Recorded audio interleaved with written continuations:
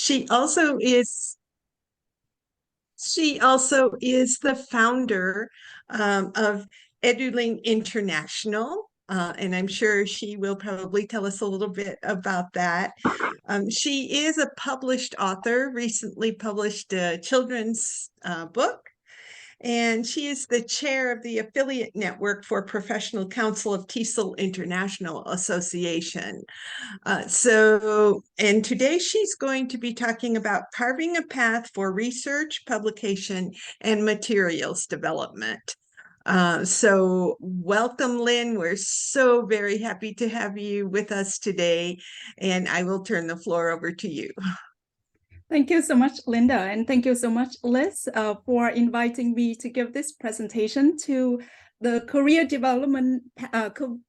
path development group here. It's a pleasure to see many of you here. I have been an active member of the group as well, and I really appreciate many of the events and activities that you share.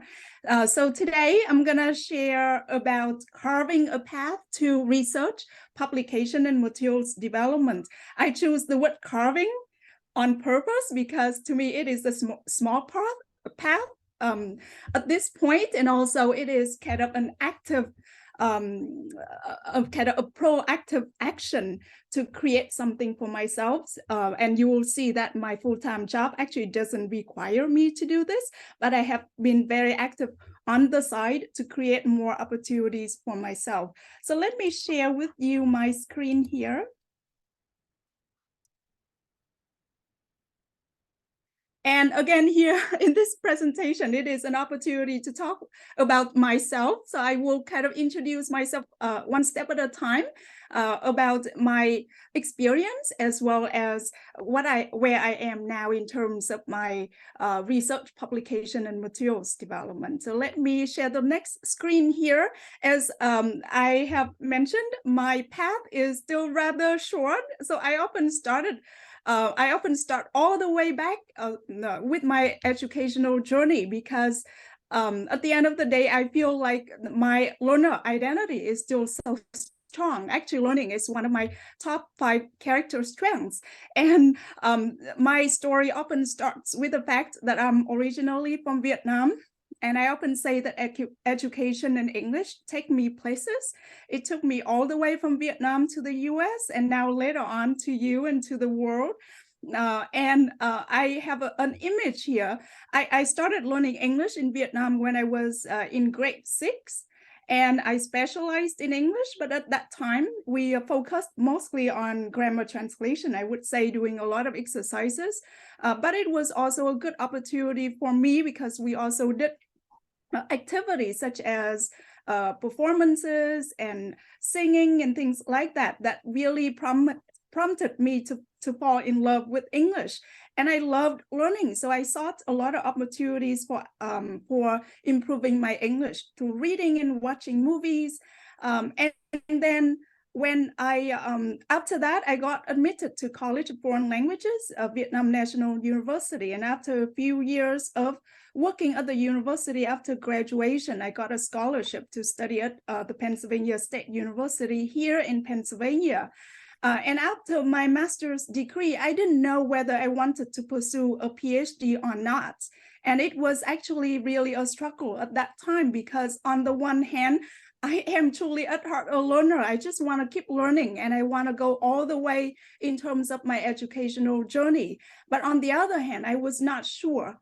And I guess this is a common feeling sometimes when we are young, we are not sure whether it is the right path that we are on. So I was not sure.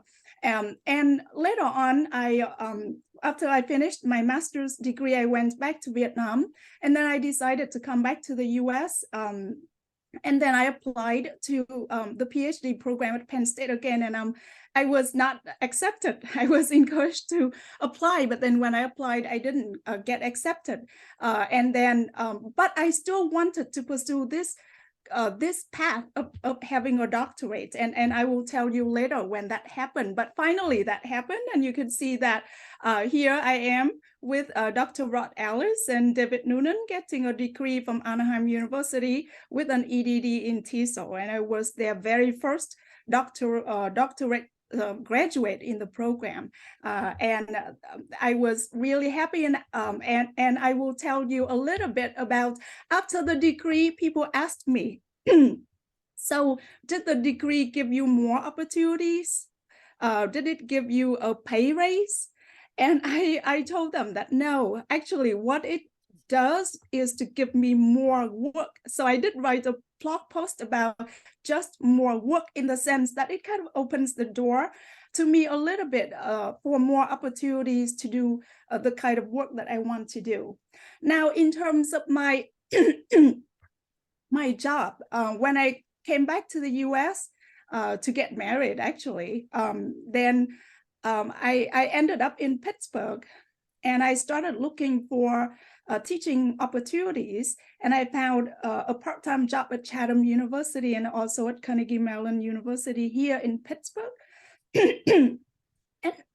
And then after 2 semesters at Chatham University, I was recommended for the, at that time, coordinator position of the English language program there, because my predecessor left the position. She recommended me to apply, and I got an interview with the vice president of the university, and she hired me immediately. So this is a story of looking back. It's just being in the right place at the right time, and maybe showing the right skills and attitude.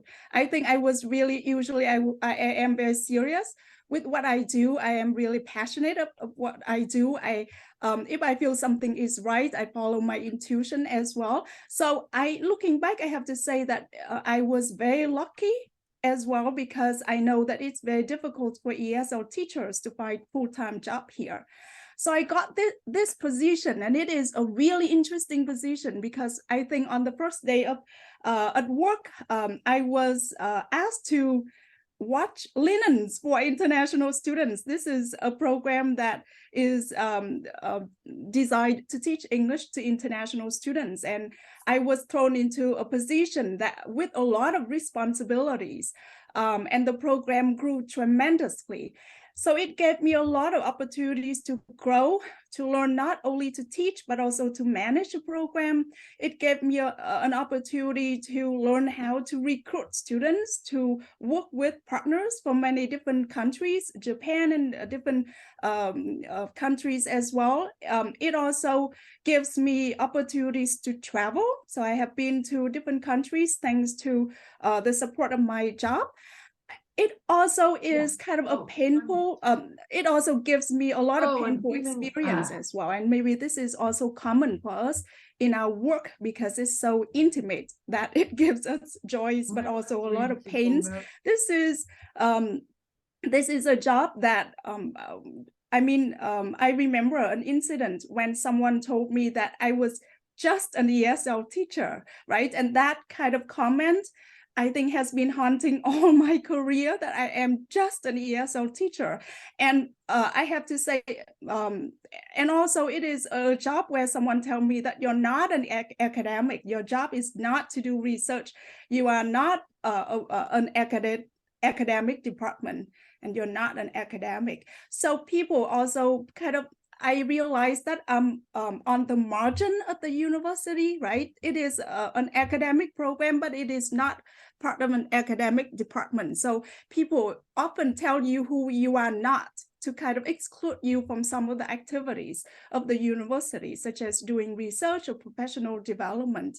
So I want to share this to tell that this is a position that gives me a lot of opportunities, but also gives me a lot of struggles in my career as well. And this is when I decided that I want to do something outside of my work. I am the kind of person who always wants to do more. And that's why I have to do more outside of my full-time job. And this is when I try to carve my own path to development.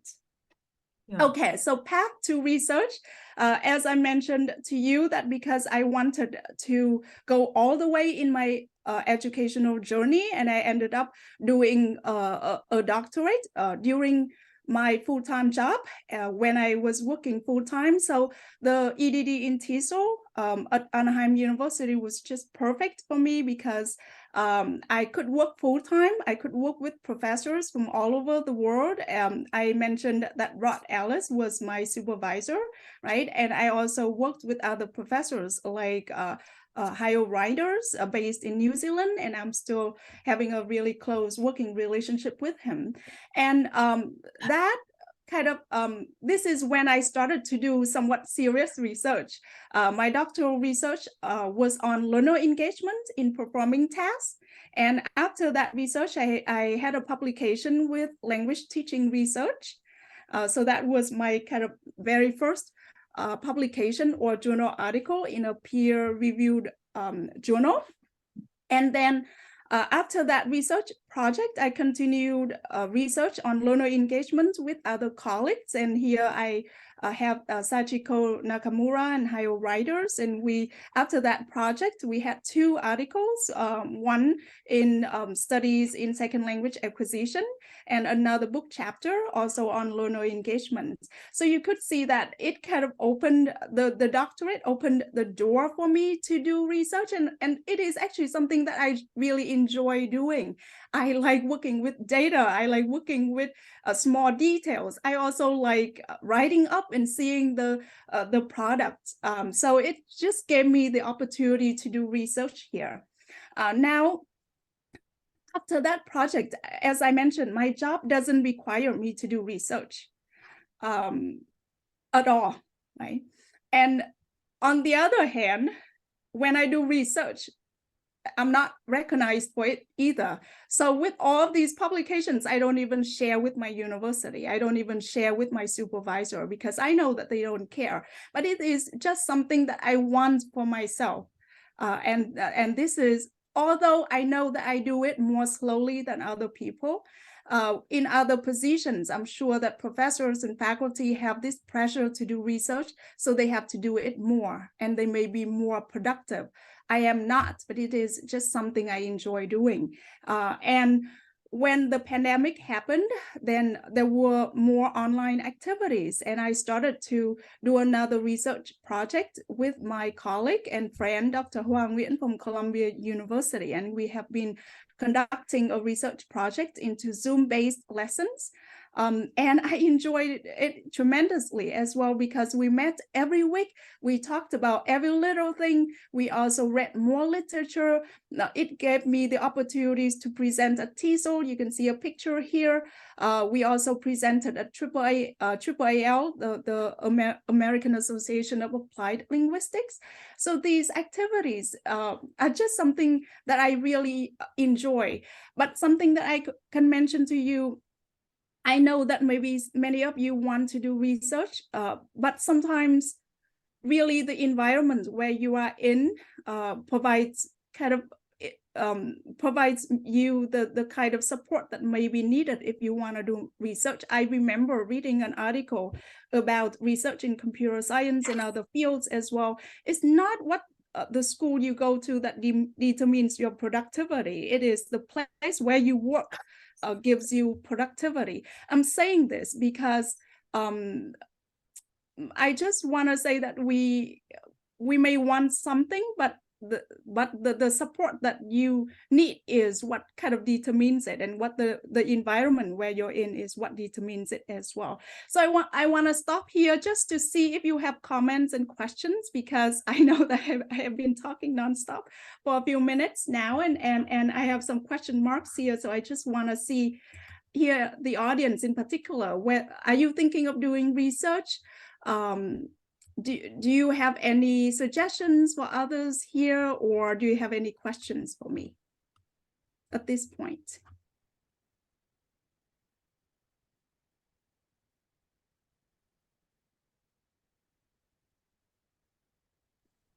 Linda had a good comment, and Julie has her hand up. Yes. Lynn, I'm sorry I'm not on video, but I just wanted to thank you so much. It's really inspiring to hear you talk about your journey, and having worked full time and gotten your PhD or your EDD and then how you figured out a way to incorporate research. And I think that I don't have a question, but I think I just want to highlight the structure that you've created, where you have these weekly meetings and you have a goal and you continue to collaborate, seems like the secret to how you're able to continue that research. Yeah.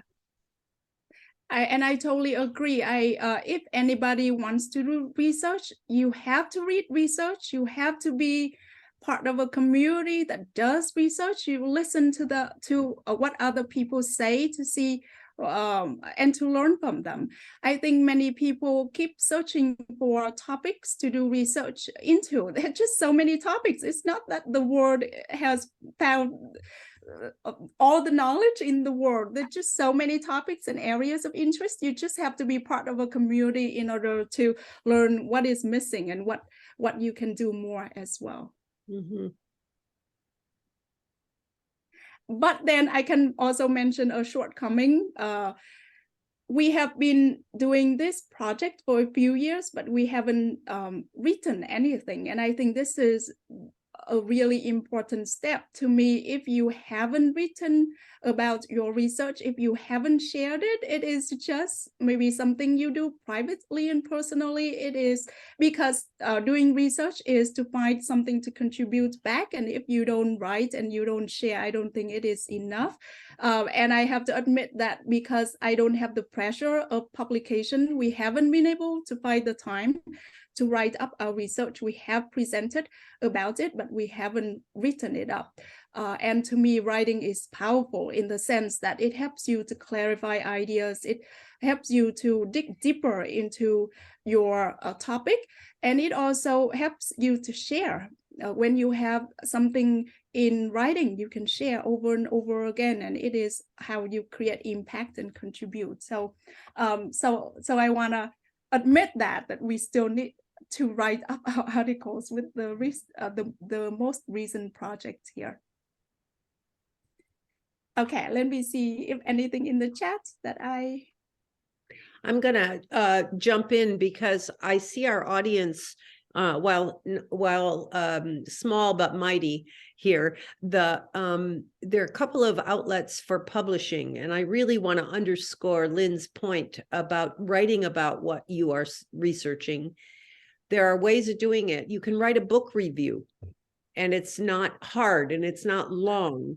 Another one would be the international, the U.S. embassies abroad have a publication called Forum. And always the relos are looking for good articles that would come from you guys, from those who are teaching worldwide and have interesting projects that they want to share. And the standards are kind of less rigid or something. And I know that many teachers with whom I've worked in the past have had their first publication in the Forum magazine. So those are a couple of ideas: book reviews, Forum magazine. Yeah, just have to start writing. If you want to publish, you just have to start writing, and even with something really small like a blog post, and which I'm going to talk about next as well. So I'm gonna move on in terms of path to authorship. I guess that, again, being author is something fancy, but I can share with you really small secrets here as well. And it is something that anyone can start. When I remember making a very small contribution to new ways of teaching adults, just because, again, Hayo Writers was my professor, so he kind of noticed my ability. I mentioned academic nepotism here, but I don't think I am ashamed of it. And sometimes when you are in different situations, you just have to show your competence and capability, and then people may notice and invite you to do things. That's how things happen, I think.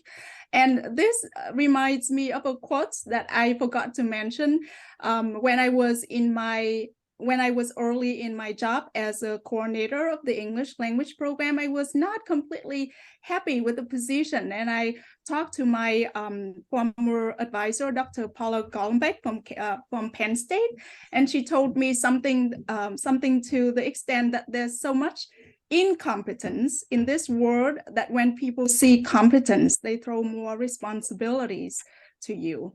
And that is something that I keep in mind all the time, in the sense that whatever situation you are in, and if you really care about that, do your best, show your ability, and maybe good things will come. So I started by making a small contribution to new ways of teaching adults. So it's just a tiny lesson. And then later on, I also sometimes I write and I share on Facebook and things like that, and people notice. And I also was invited to write an essay to a book in Vietnamese, Gần như là nhà. It means almost home. The book has essays from students and professionals working and living overseas like me. And it is a really good book with a lot of interesting essays there. So it is, again, something really small, but just because people saw what I posted and they invited me to contribute. And then later on, Hayo also invited me to co-author the second edition of the Studying in English Strategies for Success in Higher Education. We wrote different chapters to advise students to develop their study skills if they want to study in English, either in their country or in another country. So that book was published in 2017, and now we have it, and we are thinking of turning it into maybe an audio book or maybe some kind of an audio format.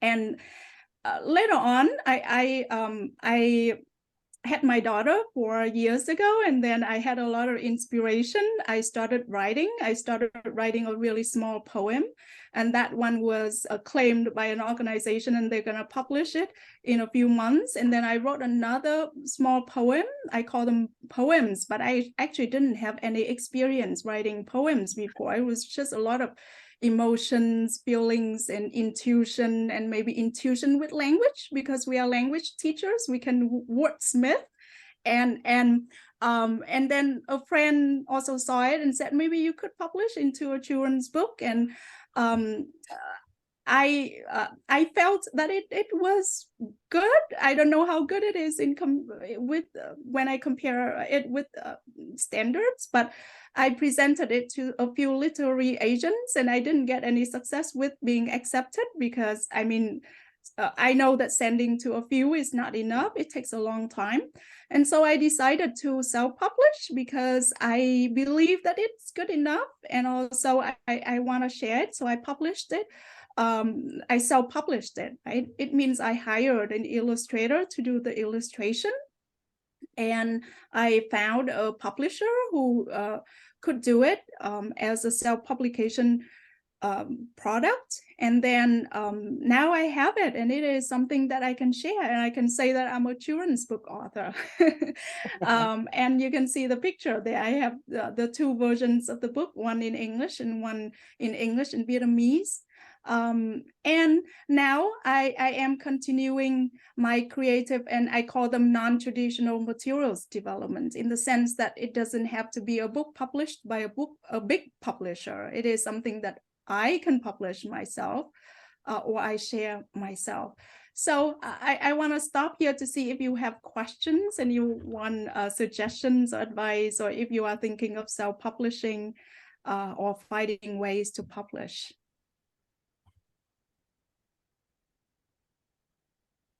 Some great ideas. Thank you. Yeah, if you don't have more questions, I can keep going.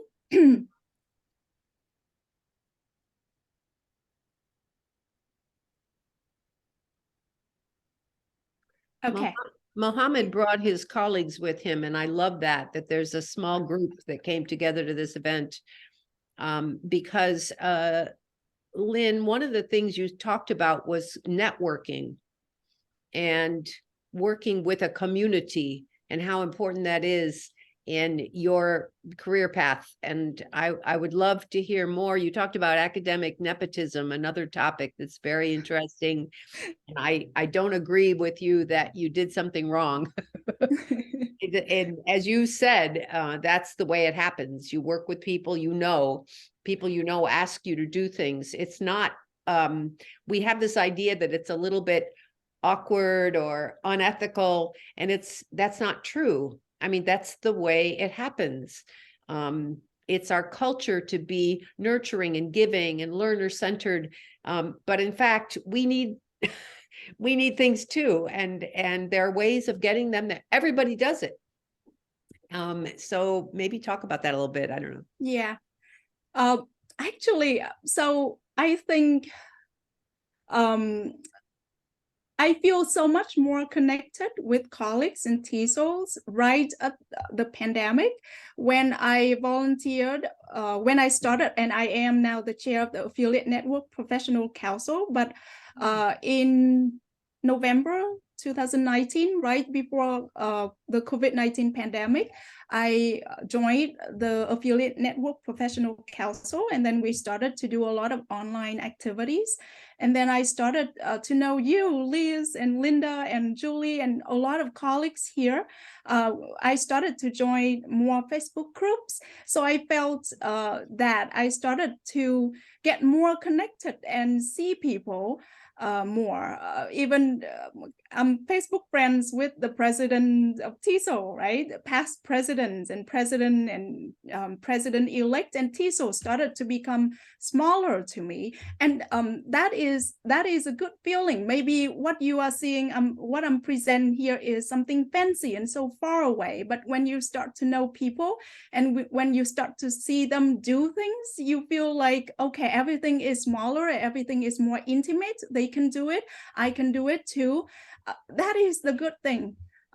So that's what I can say. I am just now I'm part of many Facebook groups, and sometimes I cannot follow, but I'm so happy. For example, I'm part of the research methods in applied linguistics, and people share new articles, new research articles, and sometimes I don't have time to read them, but at least I'm aware of what is going on. If I read the abstract, I can see some really interesting findings.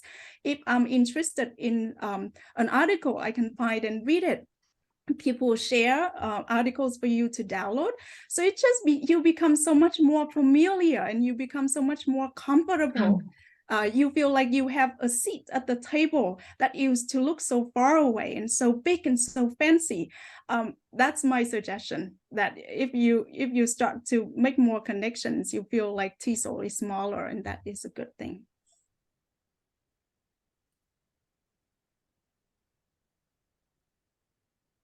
Yeah. Okay, what about, I know that a lot of you publish, so if you can put it in the chat, maybe a few publications of yours.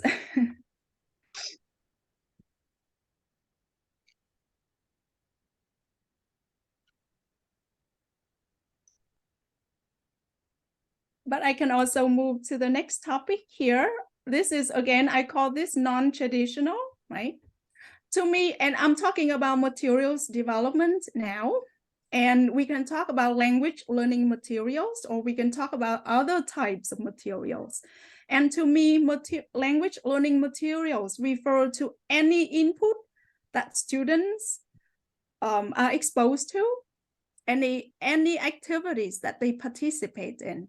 So if you write something for your students, if you create an activity for your students in the classroom, if you record a lesson, those are all materials. They don't need to be ESL textbooks, right? Expensive ESL textbooks. So I'm talking more about materials development at this point, and I'm talking about, I call them non-traditional. So when I started at Juling International to provide instruction and services to students from any location, I started to have classes, but I also started a YouTube channel, and I started to record maybe some strategies for students, tips for students, and I post them on my YouTube channel, and now I think I have over 100 videos there. They do take a lot of time. They look simple, but they do take a lot of time because you have to record them and you have to edit them. So they take a lot of time, but if you want to do something, just start doing it and improving from your experience. And that's my approach as well. I don't do things in a too sloppy way, but I don't try to be perfectionist, perfect either.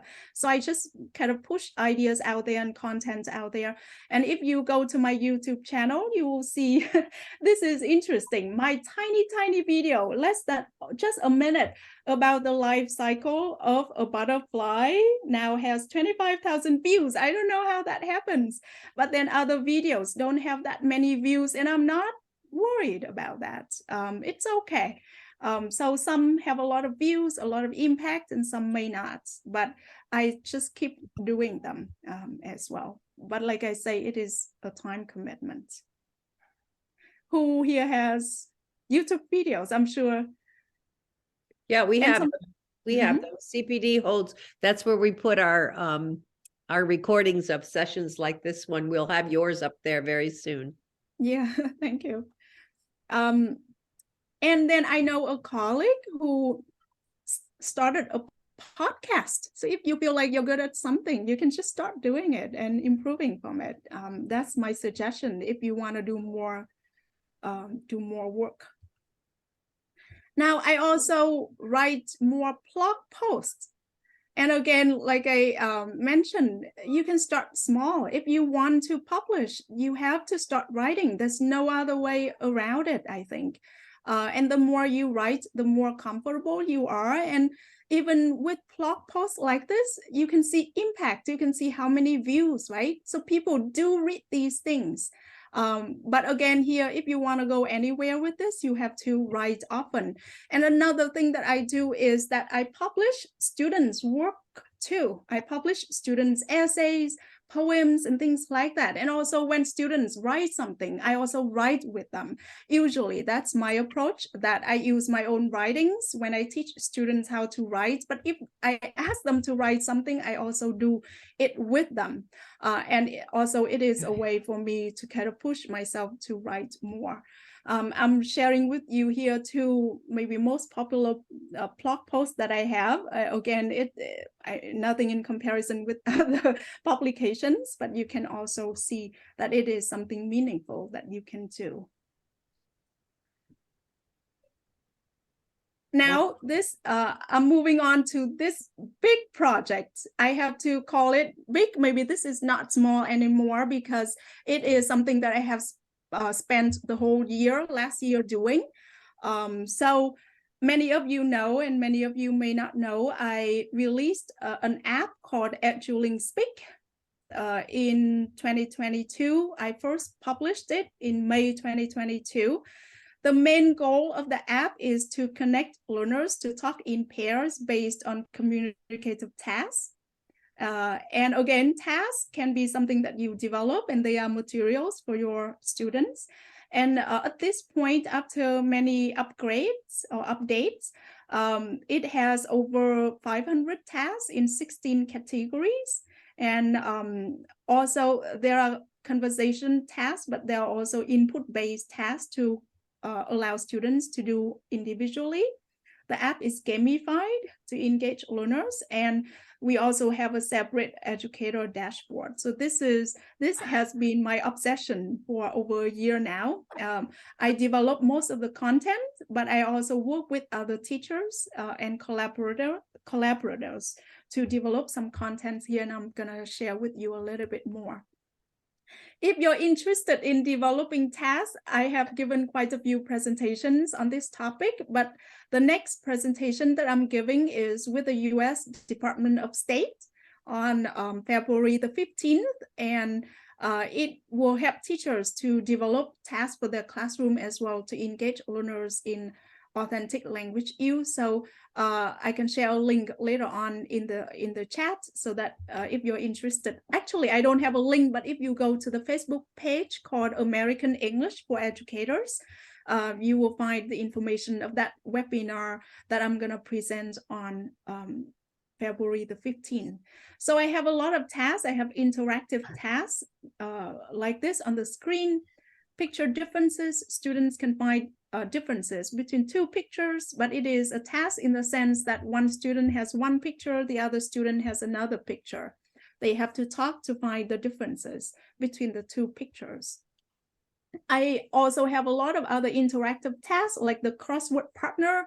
Going back to publication, actually, my very first contribution to the New Ways of Teaching Adults book is just a lesson on how to create a crossword partner, crosswords for two students to complete. Just like on the screen, one student has all the words across, and one student has all the words in columns, and then they have to talk to complete the puzzle together.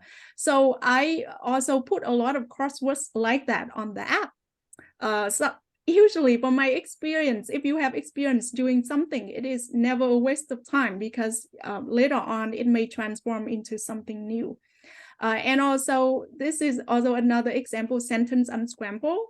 One student has some words in a sentence, the other student has the rest of the words, and they have to talk to put the sentence together. I have a lot of conversation and IELTS topics in the app. So this is useful for students to practice speaking in pairs. Okay, this is something I'm working right now. I'm writing what I'm calling tiny lessons. These lessons are just 3 to 5 minutes. And I write the script for the lessons first, and then I record the lesson in the audio format. Students can just listen to the lesson, and then they can listen again and look at the transcript. So this is something that I have already put on the app, but I'm writing more. And later on, if you would like to collaborate, I would love to have teachers collaborate to write these tiny lessons. They can be to explain vocabulary, to introduce a few tips in practicing speaking, or maybe you can talk about a cultural topic. On the screen here, I show a lesson, miscommunication. I actually wrote just a short lesson based on 3 stories that my students have shared with me in the class, or miscommunication stories that when you look back, you may find them really funny and interesting. But there's a lot of interesting information and cultural knowledge, as well as language that students can practice to avoid communication like that. Another task that I'm writing is called dicto clause. And I have tried this with my students several times now in my grammar class. And I have described this in detail in my new Facebook group. But what I'm sharing you is just something simple that you can create. I write this short paragraph as a story about a student named Mia. And then I turn it into a dicto clause task. If you don't know what it is, basically, dicto is kind of like dictation, right? Clause is like glossary writing. So you read the passage at a normal speed first for students to take notes. And then you read it again at a slow speed for students to take more notes. And then you may ask students to work in pairs to compare notes. And you read the text one more time at a normal speed for students to check their notes. And then you ask them to work in pairs to reconstruct the text. By doing this, first, you push students to focus on meaning, because you read at a normal speed, our human brains naturally focus on meaning and ideas. And then they take more notes. They may continue to focus on meaning. But when they discuss with each other and reconstruct the text, they need to talk about language as well, not just content, but also language. When you have to reconstruct a sentence, then you say, oh, you need a preposition here, you need an article here. And this is a way for me to teach grammar, because I don't want to teach grammar by explaining rules. I actually have students do that in the class. I don't think it is a good use of class time. This probably is a way better time, better use of time. And so this is something that I'm developing, and I'm using them in my class, but I plan to also put them on my app as well. Okay, other projects and ideas for publication. For me, I will develop more tasks for Eduling Speak. I have a lot of topics for IELTS, but I may do TOEFL and TOEIC as well. I am turning some 2-minute speeches from the app into a booklet, and I will self-publish. I'm working with 2 other teachers to develop this, just so I have more ideas than just my ideas. I mentioned my second picture book is going to be released in March, but this one is distributed for free. It's not for sale, but it's still something that I'm really looking forward to. It was the very first thing that I wrote, and the title was Translanguaging Halie's First Words, my daughter's first words, combination of English and Vietnamese. I have written another picture book called 4 Seasons Together about my daughter and her cousin talking throughout the year. And I still need to have it illustrated, but my plan is also to publish it as a picture book. I am working with Hyo writers and a professor in Vietnam on an edited volume on with the title Innovation in Language Teaching, the Case of Vietnam and Cambodia. So that's very exciting. We have received submissions from teachers, educators, public researchers. So we are reviewing them. And then that's it. I don't know if you have any suggestions for me in terms of other projects and ideas. So I'm stopping here before my concluding remarks. Fantastic. Wow. So as you can see, if I think of something, then I do it. Of course, I don't act on everything that I can think of, but if I feel that it is good enough, then I go ahead and I do it. If other publishers don't want to do it, then I do it myself. Wow. Very impressive. So my conclusion here, I feel is my suggestion is maybe do more of what makes you happy. If you have ideas, maybe just try them out. Just do them. If you want to do something, just start it. And I just want to maybe talk more about this concept of happiness. I have learned from a lecture that there are 3 types of happiness, or 3 aspects maybe. You can live a pleasant life with all the pleasures. You can live an engaged life when you are really engaged in something and it gives you flow. Flow is like this optimal state of engagement and you really feel happy. And then a meaningful life, right? In the sense that doing things that you feel meaningful. So what maybe I have shared with you is I feel so much joy in just doing the work. And the engagement in activities that really, if anything, I'm living an engaged life and I really feel happy about that. What's something that I'm struggling with is perhaps the meaningful life, because I do know that I do good things, but sometimes I cannot see the big picture because I'm too in the moment. Maybe I'm too engaged in the activities that I'm doing. I'm obsessed sometimes. My heart is really in the work, and sometimes my family is not happy with that, but it is something that I find a lot of comfort in. That sometimes to the extent that if I lose everything, right? You can lose a husband, you can lose a marriage. I still have my work. And it is something that I find a lot of comfort in. But meaning is still something that I seek as well. And maybe you have insights into that. So I want to leave you with that as my conclusion. And if you want to stay connected with me, I am on Facebook. I may not be friends with everyone because I don't know everyone, but if I do post publicly on Facebook, I post once in a while on LinkedIn. I have my website there that I share blog posts often. I have a YouTube channel there. I have a new Facebook group called Materials Development for Language Teaching, and we are trying to share a little bit more. It's small at this time, and it's mostly me sharing at this point, but I would love to hear from other teachers and writers. So thank you very much Good. for letting me talk about myself for 15 minutes. Thank you. I think we have a few minutes left if anybody has a comment. I heard somebody talking, so maybe. Thank you. Yeah. Beautiful. So I will try to post these links in the chat. But So, Lena, I have a question. Do you have a strategy on time management? Because I think that's something that we all struggle with because you have so many projects. It looks like you're doing everything plus a full-time job. Like, how do you organize it? Do you have certain days for certain projects, or how do you go about it?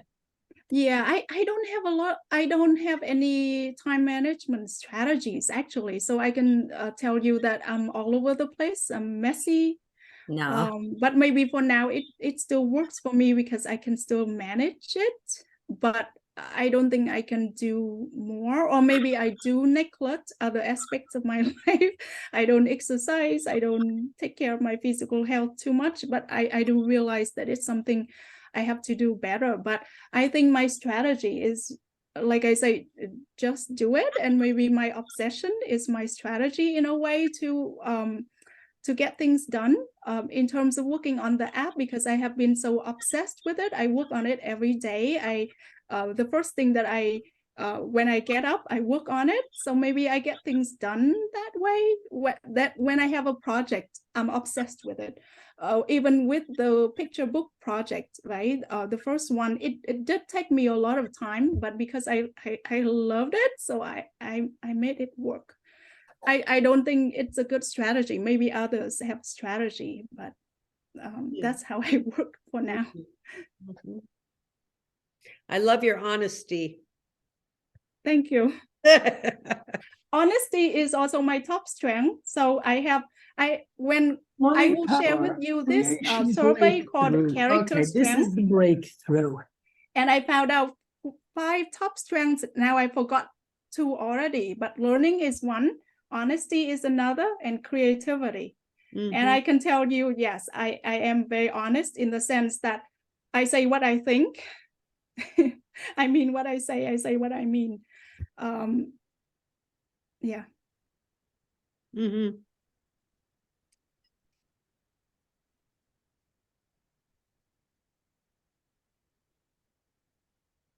Really. Do you have questions, or you share your projects, things that you are thinking of? Mm-hmm.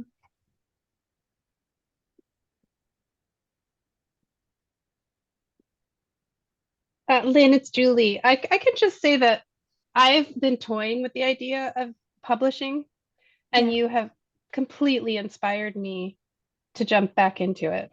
So thank you for your presentation and your honesty and your passion. It's just, I came to this because of you, because I think that you're fantastic and you did not disappoint. This was really wonderful. Thank you. Oh, thank you. I have to apologize that I didn't rehearse or prepare carefully. So, but I hope that I share things that may be helpful to some of you.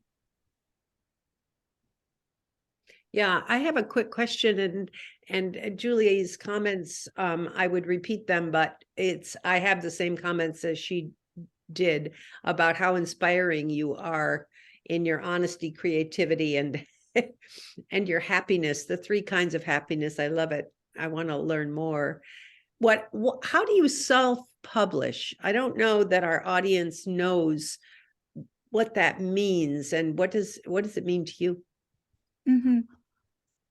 So I self-publish means, okay, so let me see how let me see how to explain this. But perhaps you know Amazon, right? Maybe some people love it, some people hate it. And they have Kindle, and they also have this new platform called Kindle Direct. You can search for it, Direct Publishing, KDP, as some people say it. Mhm. So all you have to do is to create an account. If you already have an Amazon account, you can create a Kindle Direct Publishing account. And then you can upload your book there. You have to format it in a way that they want. So you have to have the right formatting. I hired someone to do it, not expensive. Oh. Kindle Direct, and then you upload it with the cover and the content. And you can create a Kindle version, and you can create a paperback version, and they will sell it on their platform. And it is print on demand. It means that you don't have to print copies in advance. They only print something when someone orders it, and you don't have to handle anything at all. The royalty is a little bit less, of course, if you print things on your own and sell them. But then you don't have to handle printing. You don't have to handle shipping.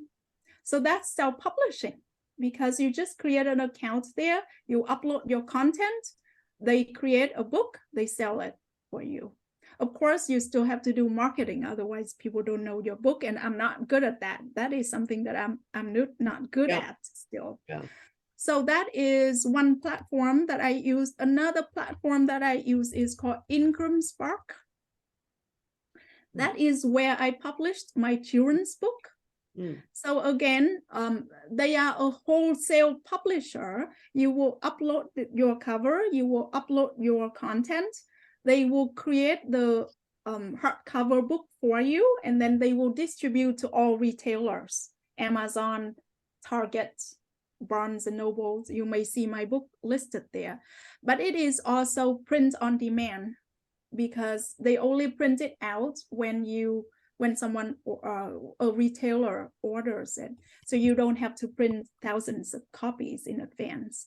So I hope that kind of gives you an idea, and I'm empowered by this. That's why I plan to publish another booklet through Kindle Direct Publishing.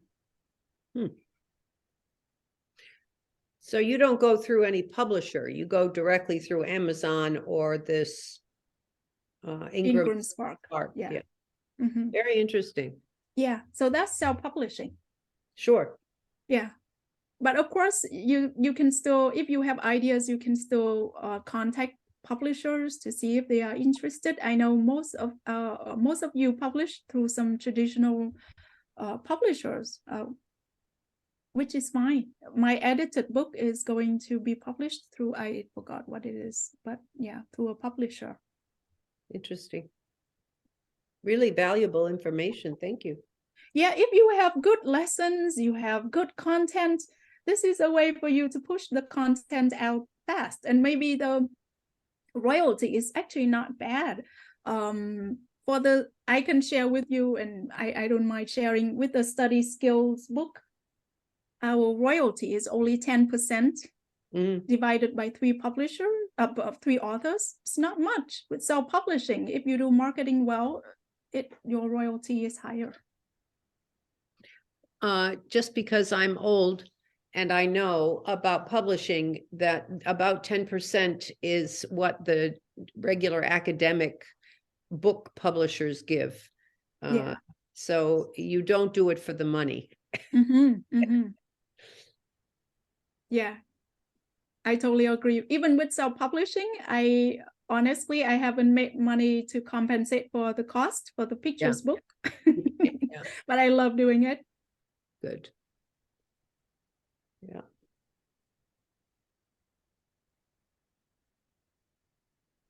And self-publishing is a platform for the future.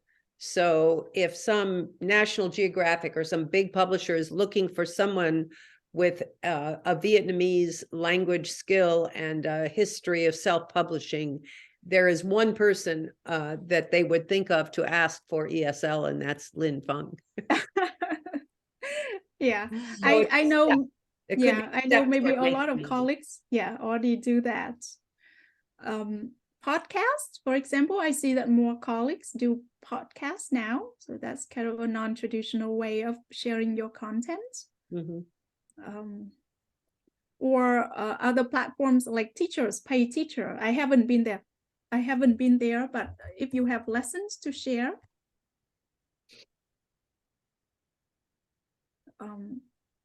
I know you may Africa ELTA has created this open educational resource library where they're collecting lesson plans, materials that are fitting and appropriate for the African context, because all the teachers in Africa have to take a textbook written in the US or UK and not translate, but adapt the content to be appropriate for the African context.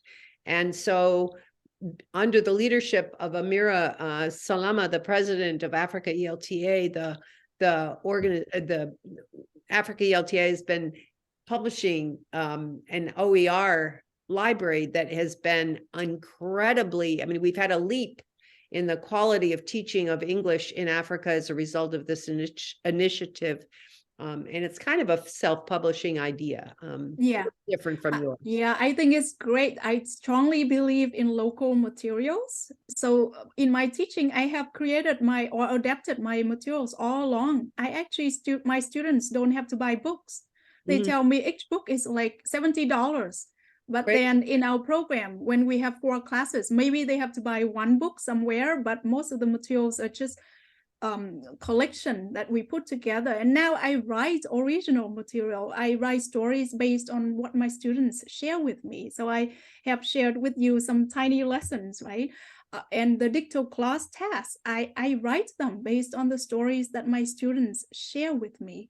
So I am also really passionate about this topic. And that's why I shared with you the Facebook group, materials development there. And I would love to hear more ideas, but I truly am really passionate about writing relevant, localized materials. And I think everyone can do it. I do know that teachers don't have much time. But if you find joy in writing, just start writing, even something really short. 100 words. My digital class tasks are around 100 words to 150 words. Great. Question from question in the chat there from Julie. Julie, did you want to ask that question, or shall we just read it? You can read it. Sorry, I'm on my phone. Yeah, for so textbooks Julie, and academic text, is self-publishing as well received as peer-reviewed? I'm just thinking of publishing language learning materials, self-published language learning materials. So I haven't thought about like academic texts. So I guess that there's still this perception that traditional publishing is more prestigious and maybe of higher quality, and it may still be true in many situations. But at least in children's literature, I feel that there are a lot of really good self-published children's books, and I feel that it is a way to create more diversity in terms of children's literature as well. Otherwise, people may not see a family like mine or some stories that I tell in that picture book. So for academic text, I don't know. But if you feel like you have content to share, I think this is more writer-centric in a way, that it's more like if you have something you want to share and you feel like more relevant to a certain group of students, I think it's a good thing. Julie's question speaks to the university context of promotion and tenure, retention of faculty, that we have to produce a list of peer-reviewed articles and so on. And I think what we're raising up here very clearly is that there are 2 different kinds of publishing. Sometimes they coalesce and they're the same, that the university would accept and acknowledge the self-published examples that we've been hearing about from Lynn here. And sometimes they do not accept those. So yeah, it's a reasonable thing to think about your work in terms of, what am I doing for me? and probably for many other people. And what am I doing for me that is going to satisfy my supervisor and the tenure and promotion and retention committee in my university? So, it depends on your unique and individual context, but it seems to me there's room for both. And Yeah. I'm glad Julie raised that point. Thank you. Yeah, I mean, for research, and I still believe in peer-reviewed and carefully reviewed research. Yes. So, but then you may have that research. What if you want to share it more widely to the population, to popular readers? Then you may turn it into different formats, right? Podcast, YouTube video, a blog post. So we have to bridge kind of research to practice through smaller publications. So that's kind of my take on it as well. I strongly believe in peer-reviewed journals and articles. They have to be rigorous. They have to, so it's necessary, but there are ways to also distribute our work to more populations. Okay, I think that we are out of time. So thank you so much for joining me in this presentation. And I'm happy to share more, but like I mentioned, I'm going to share more about TAS in a presentation with the US Department of State on February the 15th. I'll share it again on my Facebook at some point, but thank you and have a good day. Thank you so much, Lynn. I just want to say, as everyone else has already said, what an inspiration you are. And I was thinking about what you said, and why is that you come across, as Liz said, so honest, and also you have a way of simplifying things, even though you are so accomplished and you have done so much, but you come across to everyone as, you can do this too. And I think that's what it is. You have a way of making it sound like it's not impossible, where, sometimes we all feel that way. So I really want to thank you so much for sharing your knowledge and your time with us. And everyone, I'm sure, has gotten so much out of your talk and will continue to once it's on YouTube as well. So thank you. Thank you. Thank you. And have a good day. Have a good thanks night. to our audience also. We appreciate you being here. Bye-bye. Thank you, Liz. Bye-bye.